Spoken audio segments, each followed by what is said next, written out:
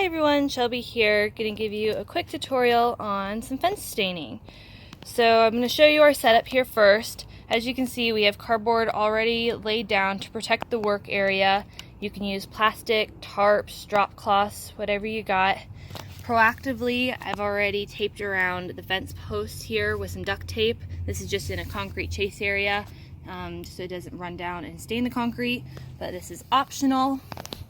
So at Cheyenne Heights, we use the flood stain in the color cedar. This can be purchased at Home Depot in 5-gallon and 1-gallon buckets, depending on how much staining you need to do.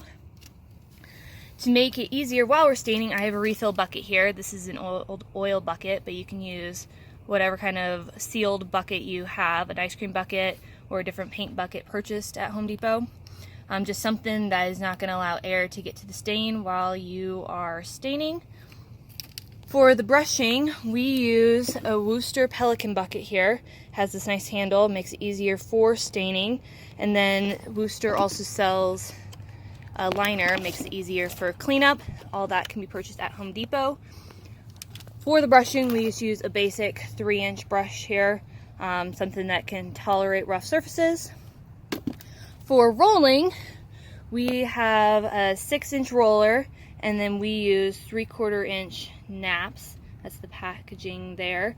I find that the longer handle one works better for rolling the tall pickets.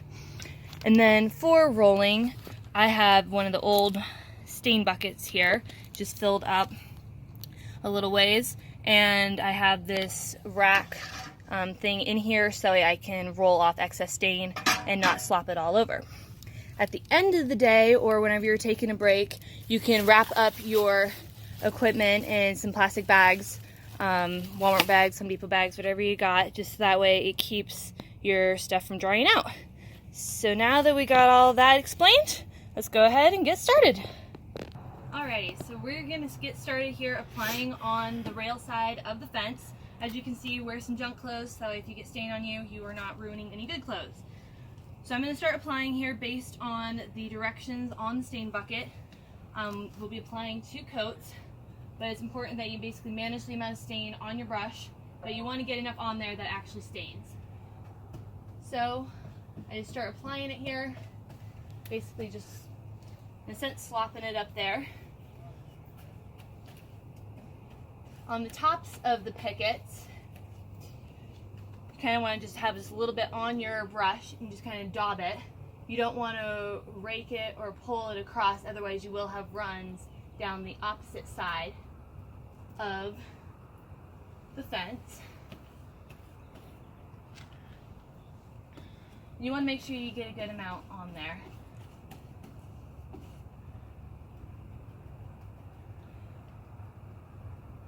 As you're doing it, you're wanting to work through a section however much you think you can do, depending on the weather that you have. If it's a hot day and you're working in the full sun, the section amount that you're able to do will be less than if you're working in the shade and it's a little bit cooler. But you'll be applying 2 coats, and you don't want the first coat to completely dry out before you apply the second coat.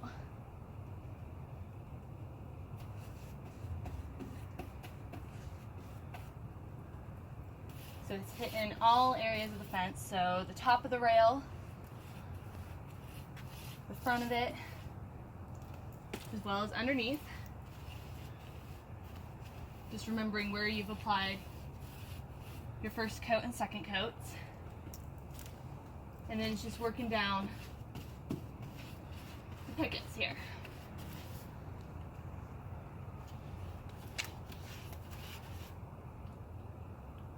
So I'm going to finish up this little section and then I'll show you how to apply the second coat here in a few minutes.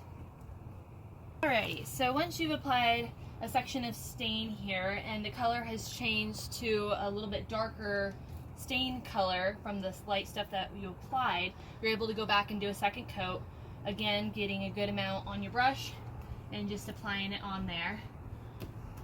On the second coat, you kind of want to be aware of some of the brush strokes. Stain is very forgiving, but you don't want to have it have thin areas in some of this stuff. So especially as you're applying to the tops of the rails or whatnot, you get kind of this line here. You just want to make sure you feather that out by pulling it up or down the picket, depending on where you're working. So you just go back through, be sure to re-hit the tops of the pickets here, as this is where snow and stuff like that would sit.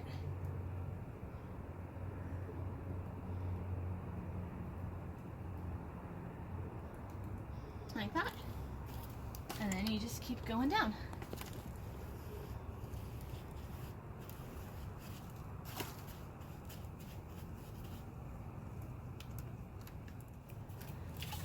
Alrighty, so we're working through our second coat here on the section of fence, and thought I'd mention a couple of other things. So as you're working next to the poles, you just want to make sure you get a good amount of stain shoved back in there by the brackets. So it's just taking some, it's a little messy, but it's just getting some and putting it in there. As you run your brush across this, it will want to rake the stain off of the brush. So it's just kind of watching for any runs and drips and stuff like that. But just make sure that area gets done really well, as well as on these knots. So as you're doing the flat sections on your rails, you may notice some knots in your cedar boards. So just making sure that those get filled in well. And like the bracket area, as you run your brush across it, it will want to rake it out and cause drips and runs. So just make sure that enough stain gets in there, but it's not causing a bunch of drips down below. As we've been working here, there's another technique that you can do as you're doing it.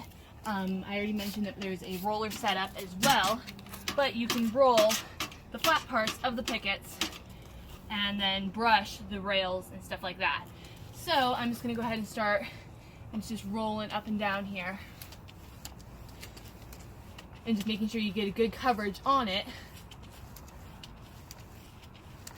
And then from there, you can come back with the brush and hit underneath,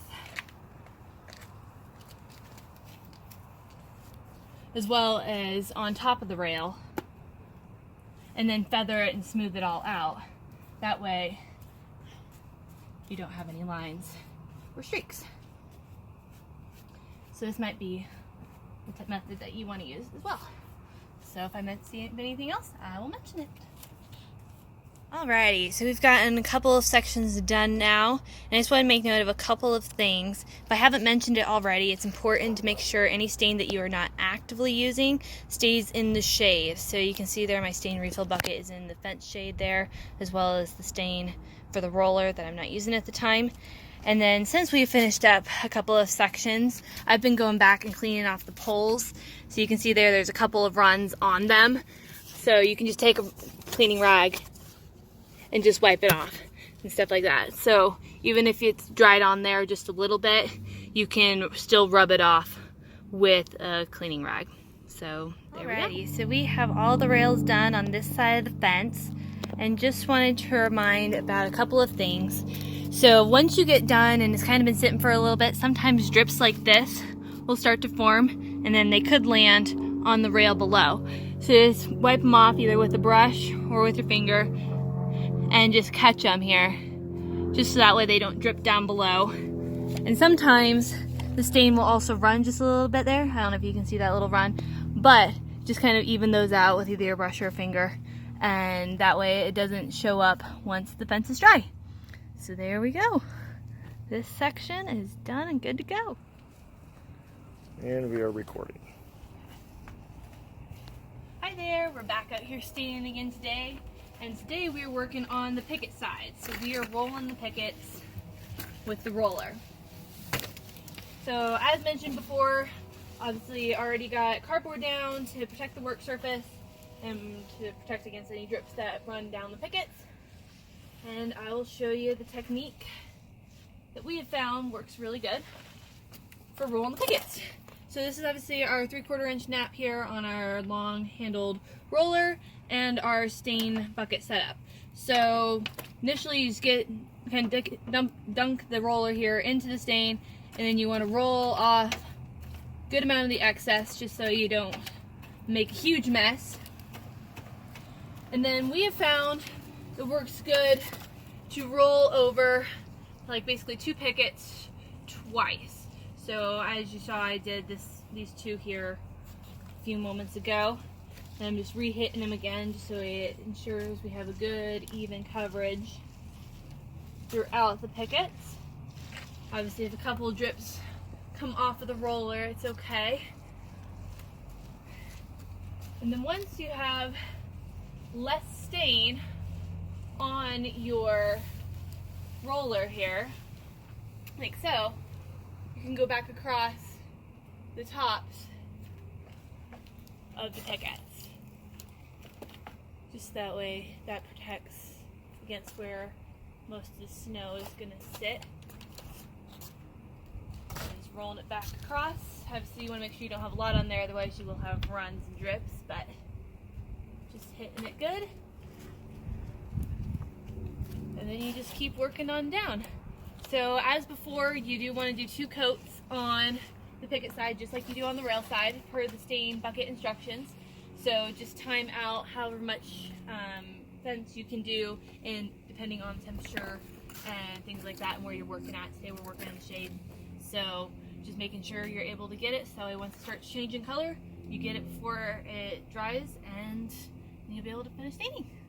So there we go. If I have anything else, I'll mention it. Alrighty, so we have done about an 8-foot section here of rolling, and I thought I'd point out a couple of things. So here are the pickets that I just completed. As you can see, there's kind of a wet sheen to them, so they're definitely a lighter color. And down there where we started, they have turned, they're not looking wet anymore, and they now have a darker color to them. So that is a pretty good indication of when it's time to go ahead and start the second coat. So you can start to see the difference. So once we go back down there and work our way back down to this end of this 8-foot section, we'll be about right to be able to get the second coat on here before the first coat completely dries. So we'll go ahead and head on down there and do that. It's important to watch how the stain is changing and drying, just so you do not run out of time to apply that second coat. Your goal is to get as much stain on these pickets as possible, so apply liberally, which is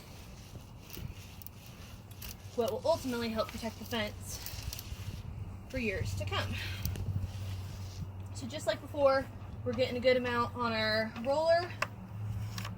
We're then putting it on the fence here, applying 2 coats, getting it all in there.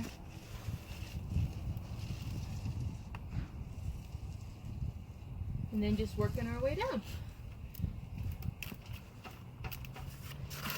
So all throughout today here, it's a sunny day, low humidity, and then we have a nice little breeze, so working in about 6 to 8 foot sections will be about right. Just that way we have enough time to go back and get it all covered before it dries out. And you don't want the fence to dry out, otherwise the second coat will not soak in on the pickets. So just continue to apply liberally, and fence sitting will be a success.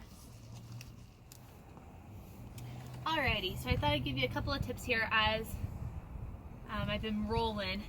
So first of all, as you're going, I found it's easier to apply in shorter strokes. That way you aren't making as much of a mess. Sometimes when you're going and trying to do full long strokes, then you end up flinging it everywhere. So just doing small even strokes and then going back up through, then you're able to just do one long stroke and even it out.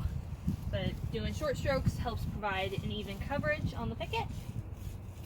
And then as I've been doing the pickets here for a while, as you can see, the nap is starting to get pretty flat.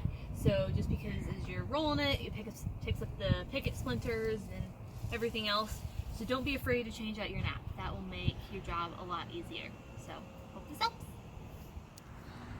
Fence staining is completed. So this is what it looks like now that it is all done. The front and the back side of this fence has been stained. It always looks so nice once it gets done here. So as I wrap up this tutorial, I wanted to remind about a couple of things. So when you are applying your stain, be sure to follow all the instructions on the stain bucket. There's a lot of helpful tips on there. And be sure to be applying your stain in the optimum temperature range. So check the weather forecast and be aware of that. Also be aware and make sure that there's no moisture in the forecast for 48 hours after you apply your fence stain. So check, make sure there's no rain, as well as make sure no sprinklers are hitting your fence. Otherwise that could ruin all your hard work. Second, use the right tools for the job. It makes this work a lot easier. So find what works best for you, and that will help make this venture go a lot smoother.